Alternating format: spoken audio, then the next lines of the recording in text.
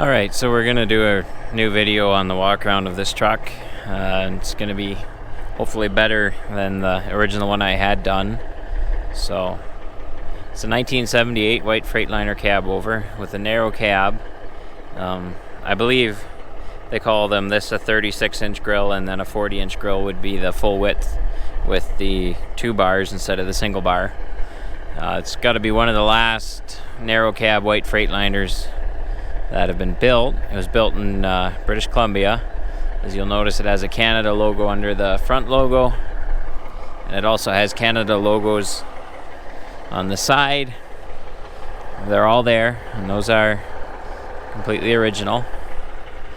It has paint. I was sprayed on before it got put on the road by Coca-Cola.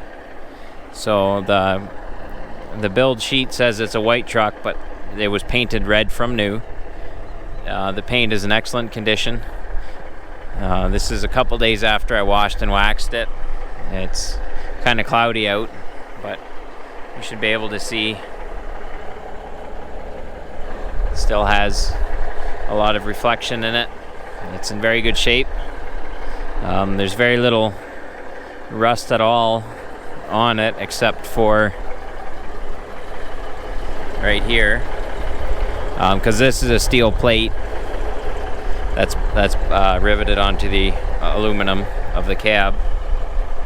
202-inch wheelbase, 13-speed, 433 rears. That's a factory wheelbase.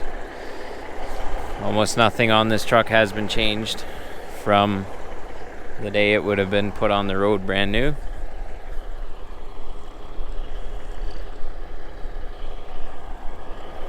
When we got it, we had some things we wanted to do to it, but it's in such good shape it would just be wrong to touch anything on it. We'll just leave it exactly how it is. So is all the Daytons all around, 22.5s.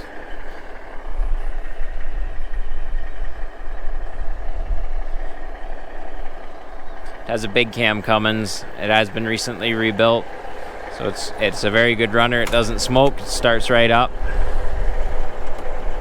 The interior is very original and in very good shape.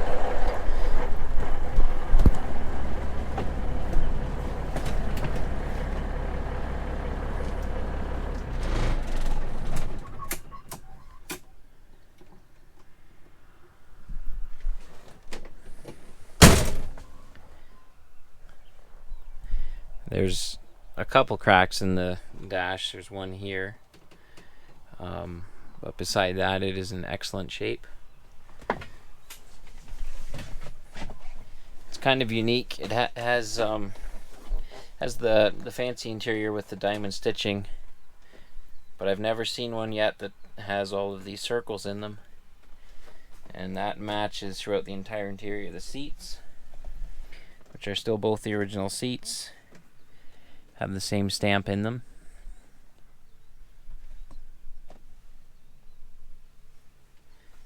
If I need anything in the interior yet, it's probably a blue knob to replace the one yellow one here. But those are quite hard to find. Has the dual fans. And they both work.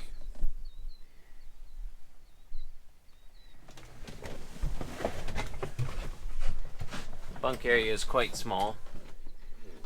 Still waiting to put the mattress in. We have the original mattress that's getting reupholstered, so that'll tidy this up a lot.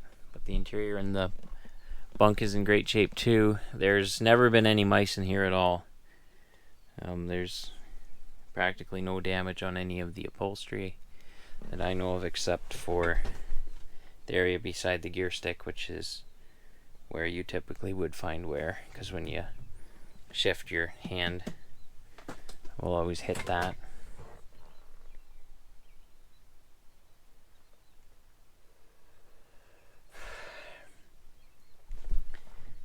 Is the old plunger style gear shift on the 13-speed, which sounds like it's getting a little sticky there. And then the splitter on the knob though.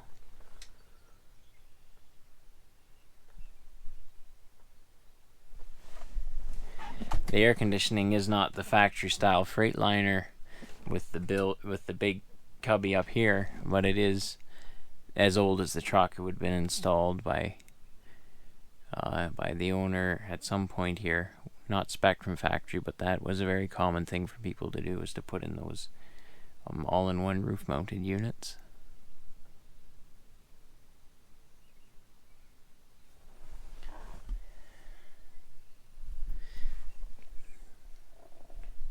So this truck would have originally ran from Regina, or out of Regina, to either Moose Jaw or Saskatoon, hauling for Coca-Cola brand new. It still has the little special vehicle permit sticker on that window for pulling doubles, which would have been quite rare back in the 70s, I would imagine. I've never been able to find pictures of old Coke trucks pulling doubles. You can hardly find any pictures of old Coke trucks at all. It would be cool to see some. But on this truck, on the doors, you can still see, if the sun hits it just right, you can still see the old Coca-Cola logo where it used to be.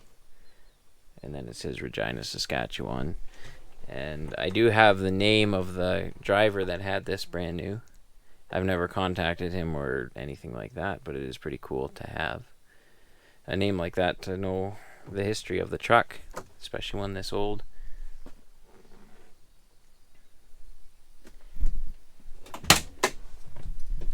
And guys that like the old trucks and can remember the old trucks really like when they can have the history and know what this truck would have been like brand new. I have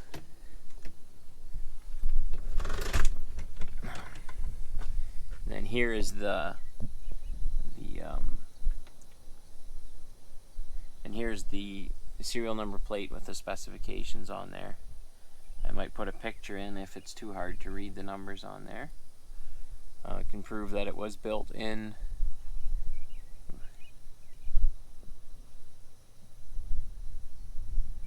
you can see it was built in 78. The color there is listed as white, and then it has all the other specs and options on it. And this is manufactured by Freighliner in Vancouver, BC. Oh, 463 brands, I was wrong.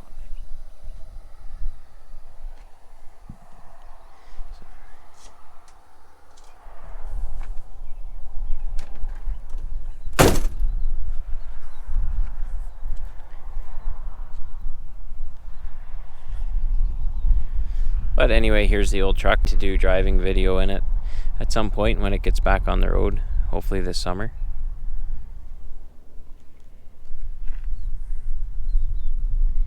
I don't really plan on making many videos on it because there's really not much to do.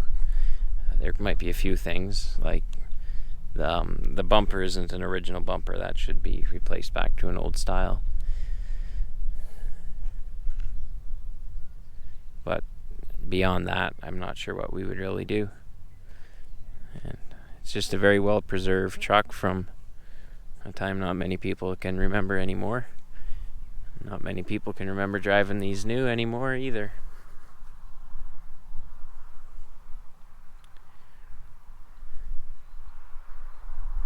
But anyway, that's what today's video is about. I thought it'd be interesting to change it up a little bit, not about the Peterbilt this time, but just another cool truck that's nice to see. So thanks for watching.